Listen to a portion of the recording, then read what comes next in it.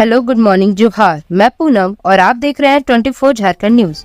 चलिए जानते हैं आज की 25 मुख्य बड़ी खबरों को। झारखंड के लोगों को लगने वाला है 440 वोल्ट का झटका। 1 मई से इतने रुपए महंगी हो जाएगी बिजली। झारखंड में नए बिजली टैरिफ की घोषणा 30 अप्रैल तक कर दी जाएगी। जानकारी के मुताबिक मई से बिजली की दर 1 रुपए प्रति यूनिट बढ़ जाएगी। झारखंड राज्य विद्युत नियामक आयोग द्वारा इसकी तैयारी की जा रही है। सूत्रों ने बताया कि नए टैरिफ का ड्राफ्ट अंतिम चरणों में है। आयोग 30 अप्रैल तक इसे हर हाल में घोषित कर देना चाहता है ताकि 1 मई से टैरिफ प्रभावी हो सके। इधर जेबीवीएनएल भी नए टैरिफ का इंतजार कर रहा है। बीते वर्ष टैरिफ में बढ़ोतरी नहीं हो सकी थी। जेबीवीएनएल ने झारखंड के घरेलू उपभोक्ता की बिजली दर में प्रति यूनिट 2 रुपए बढ़ाने का प्रस्ताव दिया था। वर्तमान में शहरी क्षेत्र के घरेलू उपभोक्ता की बिजली दर 6 रुपए 65 पैसा प्रति यूनिट है, जिसे 8 रुपए 65 पैसा प्रति यूनिट करने का प्रस्ताव दिया गया है। वहीं फिक्सड चार्ज भी 100 रुपए प्रति माह से बढ़ाकर 200 रुपए प्रति माह करने का प्रस्ताव दिया गया था। जेबीवीएनएल के टैरिफ प्रस्ताव पर आयोग द्वारा जन सुनवाई की प्रक्रिया मार्च माह में पूरी कर ली गई है। जन सुनवाई पर आई आपत्तियों का जवाब जेबीवीएनएल आयोग को दे चुका है। अब टैरिफ को अंतिम रूप दिया जा रहा है। सूत्रों ने बताया कि इस वर्ष बिजली टैरिफ में 50 पैसे से लेकर 1 रुपए प्रति यूनिट तक बढ़ोतरी होने की संभावना है। गिरिडीह के खुशी मार्ट में भीषण आग, 4 लोगों का सफल रेस्क्यू। गिरिडीह शहर के पचम्बा के मारवाड़ी मोहल्ला में स्थित खुशी मार्ट की दुकान समेत तीनों फ्लोर में भीषण आग लग गई। आग लगने से एक ओर जहां सामान जलकर खाक हो गया, वहीं दूसरी ओर मकान के अन्य फ्लोर पर फंसे 6 में से 4 लोगों को सुरक्षित बाहर निकाल लिया गया है। बताया जा रहा है कि आगजनी की घटना रविवार सोमवार की मध्य रात्रि के आसपास हुई है। इस दौरान अग्निशमन की टीम ने भीषण आग पर काबू पा लिया है। जिस इमारत में आगजनी की घटना हुई है, उसमें कपड़ों की दुकान के साथ लोगों के घर भी हैं। जानकारी के मुताबिक सोमवार सुबह एक फ्लोर में आग लगी। चूंकि दुकान में कपड़ों का स्टोर था, इसलिए आग तेजी से दूसरे हिस्सों में फैल गई। आगजनी के कारण घर के 6 सदस्य फंस गए। इस बीच आग की सूचना स्थानीय लोगों ने प्रशासन को दी। सूचना पर पचम्बा थाना प्रभारी राजीव कुमार के साथ दमकल की टीम भी पहुंची। दमकल की टीम ने आग बुझाने का काम शुरू किया। साथ ही घरों के अंदर फंसे लोगों को निकालने का काम भी शुरू हुआ। इस दौरान बचाव टीम ने 4 लोगों को सुरक्षित बाहर निकाल लिया है, लेकिन घर के 2 सदस्य अभी भी अंदर हैं, जिन्हें निकालने का काम तेजी से किया जा रहा है। रांची में लाभुकों से सत्यापन के लिए आंगनबाड़ी सेविका ऐंठ रही पैसे, 100 से 500 रुपए तक की हो रही वसूली। मनिया सम्मान योजना की लाभुक महिलाओं से सत्यापन के नाम पर आंगनबाड़ी सेविका पैसे ऐंठ रही है। सत्यापन के बदले प्रत्येक महिला से 100 से 500 रुपए की वसूली की जा रही है। लाभुकों से रुपयों की वसूली का ये मामला राजधानी रांची के हिंदपीढ़ी से सामने आया है। हिंदपीढ़ी में शनिवार 19 अप्रैल को आयोजित प्रभात खबर आपके द्वार कार्यक्रम में रुपयों की वसूली का मामला उजागर हुआ। जिला उपायुक्त के सख्त निर्देश के बावजूद आंगनबाड़ी सेविका पैसों की वसूली करने से पीछे नहीं हट रही है। हिंदपीढ़ी में आयोजित प्रभात खबर आपके द्वार कार्यक्रम में महिलाओं ने बताया कि मनिया सम्मान योजना का लाभ पाने के लिए भी उन्हें काफी परेशानियों का सामना करना पड़ रहा है। सत्यापन के लिए आंगनबाड़ी सेविका उनसे 100 से 500 रुपए तक की मांग कर रही है, जबकि सत्यापन पूरी तरह से निःशुल्क है। महिलाओं ने बताया कि इलाके में उनके लिए बुनियादी सुविधाएं भी उपलब्ध नहीं है और अब मनिया सम्मान योजना का लाभ लेने के लिए भी उन्हें परेशानी उठानी पड़ रही है। राज्य भर में मनिया सम्मान योजना की लाभुक महिलाओं की सत्यापन प्रक्रिया पूरी तरह से निःशुल्क है। रांची उपायुक्त मंजुनाथ भजंत्री ने इस संबंध में आदेश भी जारी किया था। पूर्व में सत्यापन के लिए पैसे लेने वाली जिले की कई सेविकाओं के खिलाफ कार्रवाई भी हो चुकी है। इसके बावजूद उपायुक्त के आदेश की अवहेलना करते हुए सेविका पैसों की वसूली करने से पीछे नहीं हट रही हैं। रिम्स निदेशक को हटाए जाने पर बोले स्वास्थ्य मंत्री इरफान अंसारी, पदाधिकारी की ट्रांसफर पोस्टिंग करना मेरी जिम्मेदारी।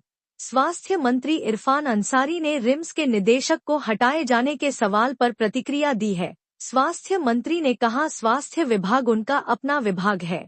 किसी भी पदाधिकारी की ट्रांसफर पोस्टिंग करना उनकी जिम्मेदारी है। उनके विभाग में कोई हस्तक्षेप करेगा तो वे बर्दाश्त नहीं करेंगे। मंत्री इरफान अंसारी ने बीजेपी पर आदिवासी मुसलमान और ईसाइयों की जमीनों को बेचने की साजिश रचने का आरोप लगाया है। दरअसल रिम्स अस्पताल के निदेशक को हटाए जाने को लेकर विपक्ष के नेताओं के बयान तेजी से सामने आ रहे हैं। बीजेपी नेता ने ट्वीट करके और बयान देकर रिम्स निदेशक को हटाए जाने के बहाने विपक्ष मंत्री इरफान अंसारी पर हमलावर हैं। इधर मंत्री इरफान अंसारी ने कहा कि स्वास्थ्य विभाग की जिम्मेदारी जनता और मुख्यमंत्री हेमंत सोरेन ने उन्हें दी है। पदाधिकारी की ट्रांसफर पोस्टिंग करना उनकी जिम्मेदारी है। इसमें वे किसी का हस्तक्षेप बर्दाश्त नहीं करेंगे। मंत्री इरफान अंसारी ने बीजेपी लीडर्स को ट्विटर वाला नेता बताया है। मैट्रिक परीक्षा की उत्तर पुस्तिका जलाने का मामला, पुलिस की तकनीकी टीम ने की जांच। दुमका जिले के एक सरकारी विद्यालय में मैट्रिक परीक्षा की उत्तर पुस्तिका को जलाए जाने के मामले की जांच शुरू हो गई है। आज रविवार को पुलिस के अधिकारी तकनीकी टीम को लेकर उक्त विद्यालय पहुंचे। हालांकि अभी तक किसी के द्वारा कुछ नहीं खुलासा किया जा रहा है कि आग लगाने के पीछे किसकी साजिश है, उनका मकसद क्या है। दरअसल दुमका के दुधानी इलाके में स्थित श्रीराम कृष्ण आश्रम +2 उच्च विद्यालय में इस माह के 12 अप्रैल से मैट्रिक परीक्षा की कॉपियों का मूल्यांकन किया जा रहा है। इस बीच 18 से 19 अप्रैल की मध्यरात्रि लगभग 2 बजे उत्तर पुस्तिका जिस कमरे में रखी थी उसमें कुछ असामाजिक तत्वों के द्वारा ज्वलनशील पदार्थ डालकर आग लगा दिया गया। इस अगलगी में 900 कॉपियां चपेट में आ गई, जिसमें 200 से 250 कॉपियां पूरी तरह से जल गईं, जबकि शेष आंशिक रूप से जली हैं। शनिवार को ही इस बाबत नगर थाने में एफआईआर दर्ज कराई गई है। मंत्री इरफान अंसारी ने कहा, झारखंड के शाहरुख हैं सीएम हेमंत सोरेन। बीजेपी को एक आदिवासी मुख्यमंत्री चुभता है। स्वास्थ्य मंत्री इरफान अंसारी ने मुख्यमंत्री हेमंत सोरेन की खूब सराहना की है। उन्होंने कहा, हेमंत जी, आप सिर्फ हमारे मुख्यमंत्री नहीं हैं, आप हमारे हीरो हैं। जैसे शाहरुख खान सिनेमा की दुनिया में लाखों दिलों पर राज करते हैं, वैसे ही आप झारखंड के लोगों के दिल में बसते हैं। आपके अंदाज में आत्मविश्वास है, आपके फैसलों में दम है और आपके इरादों में सिर्फ झारखंड का भला। भाजपा को आपकी यही चमक चुभती है। वो कभी भी एक आदिवासी मुख्यमंत्री को पचा नहीं पाई। आपकी विदेश यात्रा को भी उन्होंने मजाक बनाने की कोशिश की, जैसे किसी हीरो की तरक्की देखकर सारे विलन बेचैन हो जाते हैं। असल में भाजपा में विलेन की संख्या ज्यादा है। जहां आप एक अकेले सच्चे हीरो की तरह झारखंड को आगे ले जाने का सपना लेकर चलते हैं, वहीं भाजपा के कई चेहरे मिलकर उस सपने को तोड़ने की साजिश करते हैं। लेकिन भाई, सिनेमा हो या राजनीति, आखिर जीत हमेशा हीरो की ही होती है। देवघर के क्लिनिक में बच्चे की मौत के बाद हंगामा, मृतक के परिजनों ने डॉक्टर पर किया हमला। देवघर जिले के बाजला चौक स्थित एक निजी क्लिनिक में एक बच्चे की मौत के बाद रविवार को काफी हंगामा देखने को मिला। घटना को लेकर निजी क्लिनिक के चिकित्सक डॉ कुंदन कुमार ने जानकारी दी। उन्होंने कहा कि शनिवार देर शाम एक परिजन अपने बच्चे को गंभीर स्थिति में इलाज करवाने के लिए क्लिनिक लेकर पहुंचे थे। बच्चे की स्थिति काफी गंभीर थी। गंभीर स्थिति को देखते हुए डॉक्टर कुंदन ने त्वरित एडमिट करने की सलाह दी, लेकिन परिजन बच्चों को तत्काल एडमिट नहीं करवाया।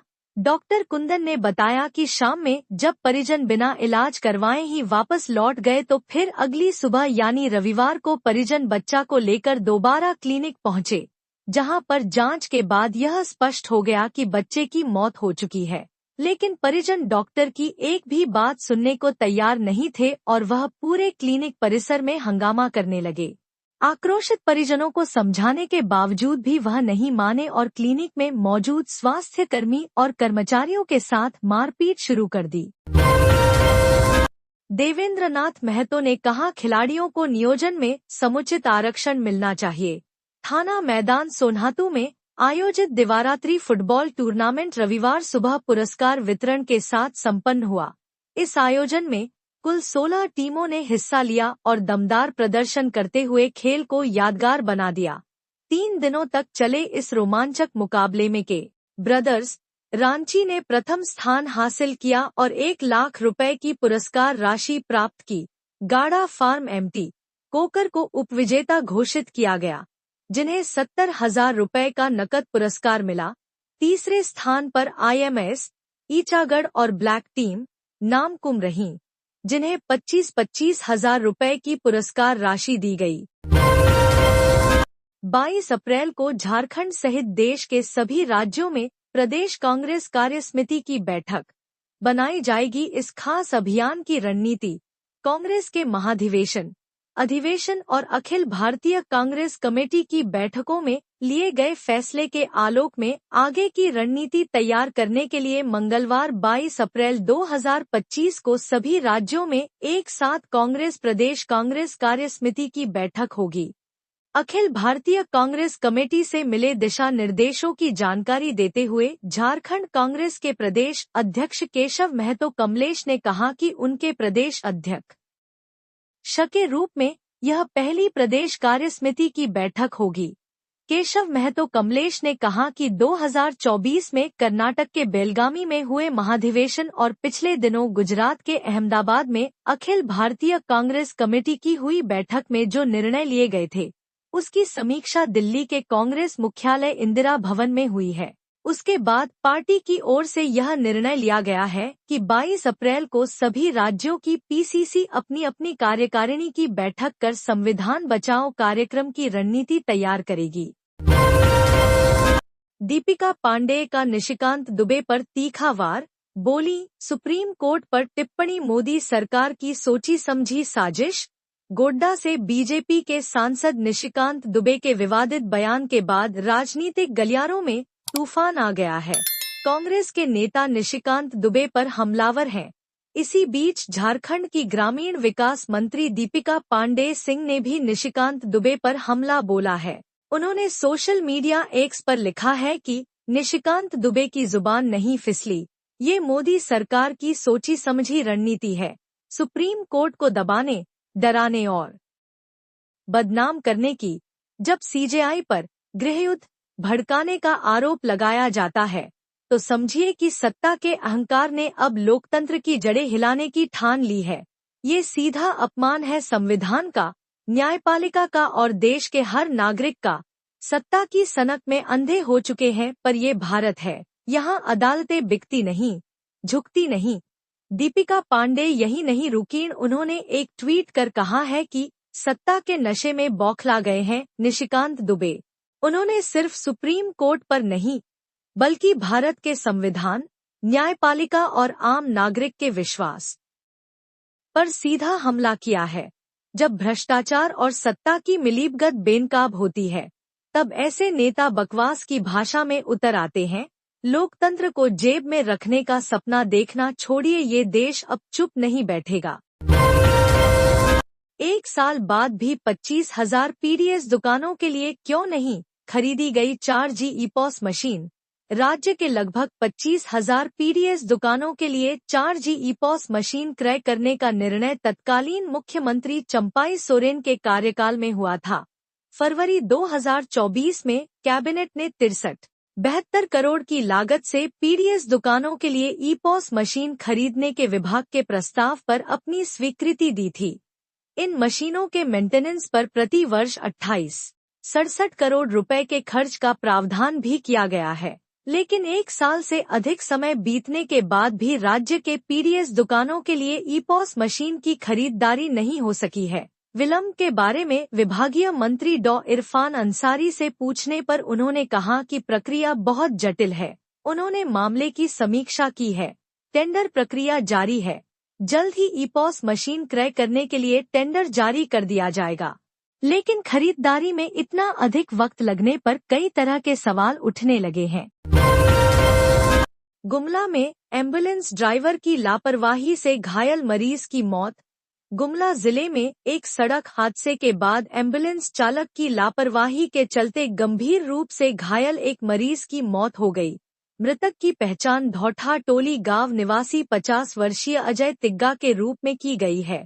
शनिवार रात गुमला रांची राष्ट्रीय राजमार्ग पर नागफेनी के पास बाइक और स्कूटी की टक्कर में अजय गंभीर रूप से घायल हो गए थे। स्थानीय लोगों की मदद से उन्हें गुमला सदर अस्पताल लाया गया, जहां प्राथमिक उपचार के बाद डॉक्टरों ने उनकी नाजुक हालत को देखते हुए रिम्स रांची रेफर कर दिया। परिजनों ने रिम्स ले जाने के लिए एम्बुलेंस बुक की, लेकिन जैसे ही घायल अजय को एम्बुलेंस में शिफ्ट किया गया, चालक अचानक बिना कुछ बताए वाहन छोड़कर फरार हो गया। करीब आधे घंटे तक अजय बिना किसी चिकित्सकीय सहायता के एम्बुलेंस में पड़े रहे, जिससे उनकी मौत हो गई। कांग्रेस में वार्ड कमेटी से लेकर प्रदेश कमेटी तक 50% पद होंगे आरक्षित, महिलाओं और युवाओं को भी मिलेगी जगह। राहुल गांधी की जिसकी जितनी हिस्सेदारी उसकी उतनी भागीदारी के नारे को पार्टी के अंदर धरातल पर उतारने की रणनीति तैयार कर ली गई है। पार्टी ने 15 जुलाई तक गठित होने वाली प्रदेश कांग्रेस कमेटी और उससे पहले 12 से 12 पदाधिकारियों वाले प्रखंड कांग्रेस कमेटी, मंडल कांग्रेस कमेटी और पंचायत वार्ड कांग्रेस कमेटी में भी 50% पद अनुसूचित जाति, अनुसूचित जनजाति, अन्य पिछड़ा वर्ग और माइनॉरिटी को दिए जाएंगे। इतना ही नहीं, पार्टी ने इस बार अनारक्षित और आरक्षित दोनों वर्गों से 50% पदाधिकारी के पद युवाओं और महिलाओं को देने की योजना बनाई है। झारखंड प्रदेश कांग्रेस मीडिया विभाग के चेयरमैन सतीश पॉल मुंजनी ने कहा कि जिसकी जितनी हिस्सेदारी उसकी उतनी भागीदारी के तहत वंचित वर्ग को अधिकार मिलेगा। उन्होंने कहा कि इस बार युवाओं को भी इस बार मौका मिलेगा। उन्होंने कहा कि जिस ओर युवा करवट लेता है उस ओर जमाना चलता है। सतीश पॉल मुंजनी ने कहा कि नई समिति में हम आधी आबादी को भी पूरी भागीदारी देंगे। बंधु तिर्की ने कहा ध्रुवीकरण और भेदभाव ही भाजपा और केंद्र सरकार की मूल नीति बन चुकी है। झारखंड सरकार की समन्वय समिति के सदस्य और प्रदेश कांग्रेस कमेटी के कार्यकारी अध्यक्ष बंधु तिर्की ने केंद्र सरकार और भारतीय जनता पार्टी पर तीखा हमला किया।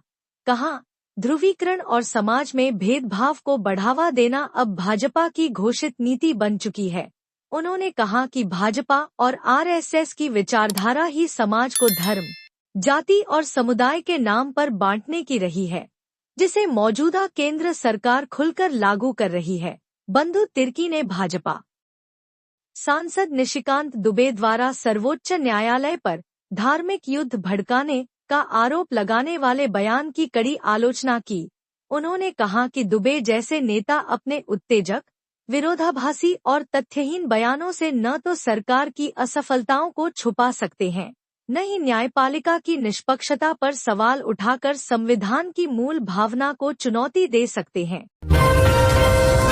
झारखंड में वन नेशन, वन इलेक्शन की दिशा में ग्राउंड जीरो पर काम कर रही भाजपा आने वाले कुछ महीनों में देश में फिर वन नेशन वन इलेक्शन का मुद्दा गरमाने की पूरी संभावना है। भाजपा की केंद्रीय कमेटी ने राज्यों को अगले 2 महीनों में इस अभियान को बूम करने का निर्देश दिया गया है। झारखंड में पहले से ही ग्राउंड जीरो से काम कर रही इसके लिए बनी कमेटी ने अब और तेजी लाने का फैसला किया है। मालूम हो कि पूर्व मंत्री भानु प्रताप शाही इसके लिए झारखंड में बनी कमेटी के संयोजक और रांची के पूर्व डिप्टी मेयर संजीव विजयवर्गीय सह संयोजक हैं। इसके अलावा कमेटी में रिटायर आईएएस अधिकारी जेबी तुबिद, प्रदीप सिन्हा, शशांक समेत कई अन्य नेताओं को रखा गया है। वन नेशन वन इलेक्शन के लिए बनी कमेटी की अब तक झारखंड में 25 से अधिक बड़ी बैठकें हो चुकी हैं। विभिन्न कॉलेजों, विश्वविद्यालयों, बड़े संस्थाओं में हुई इन बैठकों में प्रबुद्ध युवाओं और आम लोगों को वन नेशन वन इलेक्शन के कंसेप्ट को तरीके से समझाया और बुझाया जा रहा है। उन्हें बताया जा रहा है कि इसका क्या लाभ होने वाला है, देश के आर्थिक सुधार के क्षेत्र में इसका कितना बड़ा प्रभाव पड़ने वाला है। जानकारी के अनुसार कमेटी के संरक्षण में हुई बैठकों के बाद लगभग 50 से अधिक संस्थाओं ने देश की राष्ट्रपति द्रौपदी मुर्मू को वन नेशन वन इलेक्शन कराने का प्रस्ताव भी भेजा है। कुल मिलाकर आम लोगों में वन नेशन वन इलेक्शन के प्रति समर्थन प्राप्त करना है। जयराम महतो ने एयर शो पर की तारीफ, लेकिन संजय सेठ से विस्थापितों का हक भी मांगा।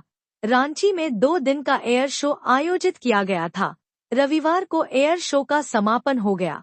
यह शो रक्षा राज्य मंत्री संजय सेठ की अध्यक्षता में किया जा रहा था।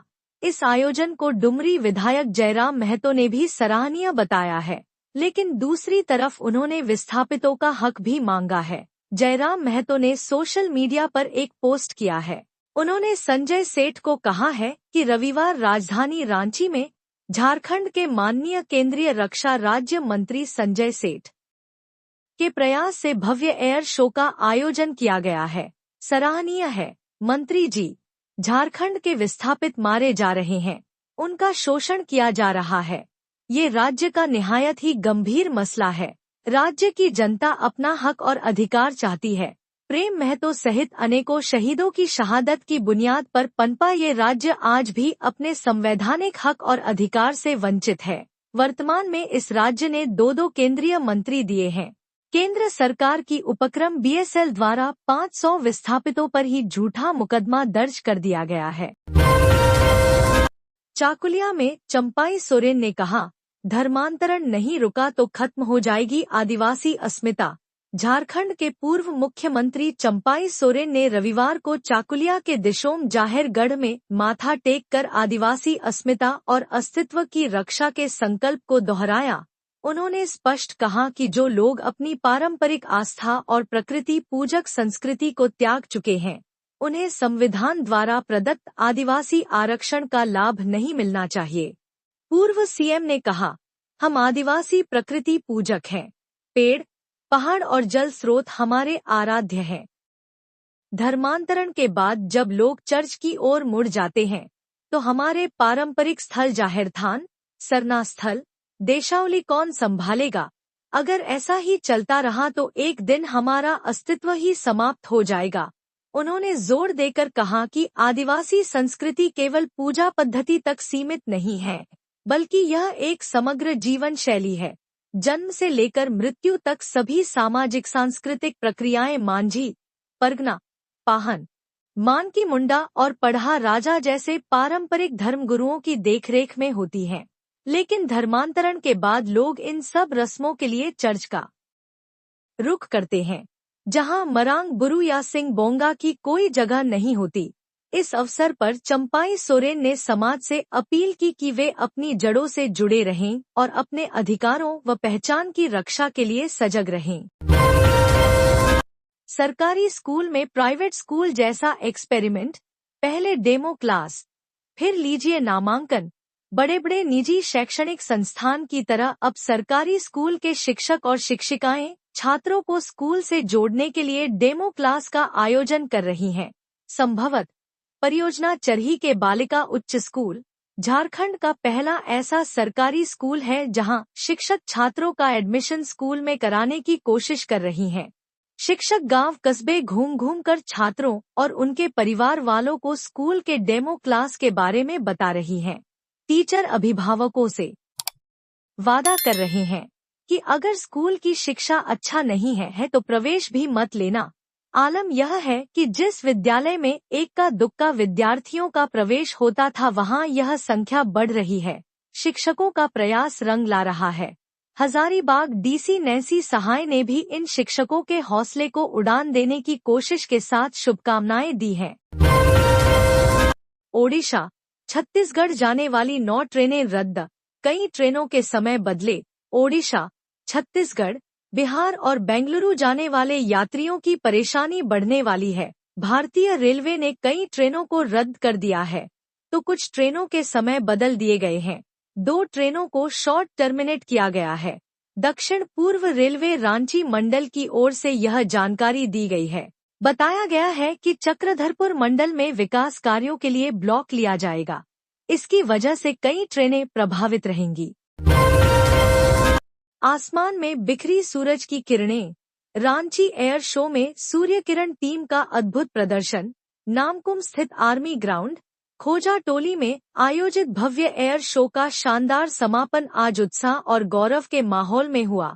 रांची वासियों ने भारी संख्या में पहुंचकर इस आयोजन को ऐतिहासिक बना दिया। विमान जब आकाश में गरजे तो फिजा भारत माता की जय के नारों से गूंज उठी। इस आयोजन की मुख्य आकर्षण रही भारतीय वायुसेना की प्रसिद्ध सूर्य किरण टीम, जिसने एक के बाद एक हैरतअंगेज कलाबाजियों से दर्शकों को रोमांचित और मंत्रमुग्ध कर दिया। उनकी सटीकता, तालमेल और साहस ने बच्चों से लेकर बुजुर्गों तक सभी को चमत्कृत कर दिया। एयर शो की सफलता में जिला प्रशासन की भूमिका अत्यंत सराहनीय रही। उत्कृष्ट व्यवस्थाओं और समर्पित टीम वर्क के चलते यह आयोजन न केवल व्यवस्थित रूप से संपन्न हुआ, बल्कि दर्शकों के लिए एक यादगार अनुभव बन गया। रांची वासियों ने प्रशासनिक व्यवस्था की मुक्तकंठ से प्रशंसा की। संविधान बचाओ अभियान के बहाने कांग्रेस ने निशिकांत दुबे पर साधा निशाना, जमकर बरसे प्रदीप यादव। झारखंड प्रदेश कांग्रेस ने संविधान बचाओ अभियान के बहाने भारतीय जनता पार्टी भाजपा के वरिष्ठ नेता और गोड्डा के सांसद डॉक्टर निशिकांत दुबे पर जमकर निशाना साधा है। 40 दिवसीय संविधान बचाओ अभियान समेत अन्य मुद्दों के बारे में जानकारी देने के लिए बुलाई गई प्रेस कॉन्फ्रेंस में कार्यक्रम से ज्यादा डॉक्टर दुबे पर निशाना साधा गया। कांग्रेस प्रदेश अध्यक्ष केशव महतो कमलेश ने कहा कि संविधान बचाओ अभियान समेत अन्य मुद्दों पर चर्चा और समीक्षा के लिए 22 अप्रैल को प्रदेश कांग्रेस कार्यसमिति की बैठक होगी। प्रदेश कांग्रेस मुख्यालय में आयोजित संवाददाता सम्मेलन में केशव महतो कमलेश ने कहा कि बेलगामी अधिवेशन और कांग्रेस कार्यसमिति की बैठक में निर्णय लिया गया है कि 40 दिन तक संविधान बचाओ अभियान चलाया जाएगा। बैठक में कई अन्य बिंदुओं पर गहन समीक्षा भी की जाएगी। प्रदेश कांग्रेस अध्यक्ष ने कहा कि प्रदेश, जिला, विधानसभा स्तर पर संविधान बचाओ रैली का आयोजन किया जाएगा। इस बैठक में कार्यक्रमों की विस्तृत रूपरेखा तैयार की जाएगी। देश में तानाशाही, सांसद निशिकांत दुबे के बयान पर भड़का झामुमो, अदालत से कर दी बड़ी मांग। गोड्डा सांसद निशिकांत दुबे द्वारा अदालत के ऊपर की गई टिप्पणी पर बवाल मच गया है। कांग्रेस समेत विभिन्न विपक्षी दलों के नेताओं ने उनके इस बयान की तीखी आलोचना की है। अब झारखंड मुक्ति मोर्चा भी इस पर अपनी प्रतिक्रिया देते हुए उनके बयान को दुर्भाग्यपूर्ण बताते हुए कोर्ट से कार्रवाई की मांग की है। झामुमो प्रवक्ता मनोज पांडे ने कहा कि देश में तानाशाही इस स्तर पर पहुंच गई है कि अब सांसद अदालतों को चुनौती दे रहे हैं। मनोज पांडे ने आगे कहा कि क्या ये लोग देश में मौजूद जजों से अधिक विद्वान हैं? अगर ये बहुमत की आड़ में कुछ भी करेंगे तो क्या कोर्ट चुप रहेगा? जब अदालत इनके पक्ष में फैसला देता है तो ये कहते हैं कि न्यायपालिका लोकतंत्र का तीसरा स्तंभ है। अदालत को इस तरह के बयानों के खिलाफ कार्रवाई करनी चाहिए। यह बहुत दुर्भाग्यपूर्ण है। पेयजल घोटाले में तत्कालीन मंत्री मिथिलेश ठाकुर को भी मिला हिस्सा। भाई विनय ठाकुर ने की मनी लॉन्ड्रिंग। पेयजल विभाग में हुए घोटाले में तत्कालीन मंत्री मिथिलेश ठाकुर को भी हिस्सा मिला है। उनके भाई विनय ठाकुर ने कमीशन में मिले हिस्से की मनी लॉन्ड्रिंग की है। पेयजल विभाग के तत्कालीन सचिव मनीष रंजन की पत्नी मानस कुमार के साथ मिलकर orange media info private limited नामक कंपनी चलाती है। पेयजल विभाग के टेंडर के मूल्य का 10% कमीशन के रूप में वसूला जाता था। इसमें से मंत्री, सचिव, इंजीनियर और दूसरे अधिकारियों को हिस्सा मिलता है। प्रवर्तन निदेशालय ने एडजुडिकेटिंग अथॉरिटी में दायर याचिका में यह बात कही है। एडजुडिकेटिंग अथॉरिटी ने सभी पक्षों की दलील सुनने के बाद ईडी के अनुरोध को स्वीकार करते हुए पीएमएलए की धारा 20-21 के तहत छापामारी के दौरान जब्त सामग्रियों को आगे की जांच के लिए महत्वपूर्ण मानते हुए जब्त रखने का आदेश दिया है। साथ ही प्रतिवादियों को फैसला के खिलाफ ट्रिब्यूनल में अपील करने का समय दिया है। ईडी की ओर से दायर याचिका में पीएमएलए की धारा 50 के तहत दर्ज किए गए बयान में मिले तथ्यों की जानकारी दी गई है। इसमें कहा गया है कि संतोष कुमार ने अपने बयान में यह स्वीकार किया है कि पेयजल विभाग में टेंडर मूल्य का 10% कमीशन के तौर पर वसूला जाता है। तो ये थी आज की झारखंड की टॉप बड़ी खबरें। इसी तरह झारखंड की हर छोटी से बड़ी खबर देखने के लिए आप हमारे चैनल 24 झारखंड न्यूज को सब्सक्राइब कर लें। तो हमें दीजिए इजाजत, फिर मिलते हैं अगले न्यूज में।